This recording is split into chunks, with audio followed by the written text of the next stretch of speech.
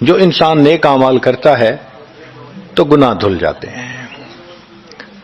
نیک اعمال کی مثال صابن کی ہے، گناہوں کی مثال میل کی سی ہے۔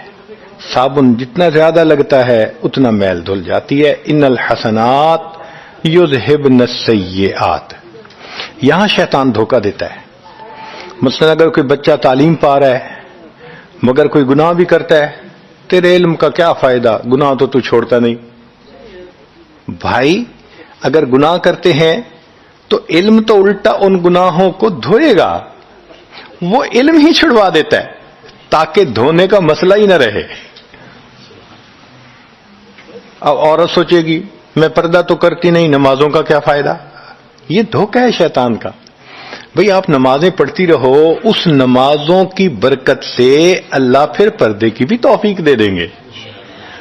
تو نیکی نہیں چھوڑنی چاہیے کبھی بھی، یہ سوچ کے جی میں اچھا تو ہوں نہیں، کیا فائدہ؟ فائدہ ہے۔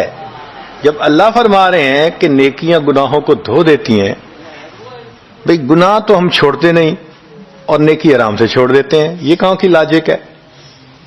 تو اس لیے نیکی بھاگ بھاگ کے کرنی چاہیے۔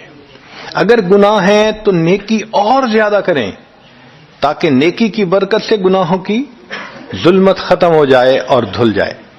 حدیث پاک میں ہے بندہ گناہ کرتا ہے لکھ دیا جاتا ہے، دوسرا گناہ، تیسرا، 5 گناہ کرتا ہے، پھر اس کے بعد وہ ایک نیکی کرتا ہے تو نیکی والا فرشتہ کہتا ہے کہ دیکھو اللہ کے ہاں دستور ہے من جاء بالحسنۃ فلہ عشر امثالھا، اس کو 10 نیکیاں ملنی تھیں، تم نے 5 گناہ لکھے ہیں نا، اچھا تم 5 گناہ مٹا دو، میں نامہ اعمال میں 10 نیکیوں کی بجائے صرف 5 نیکیاں بیلنس وہ ڈال دیتا ہوں۔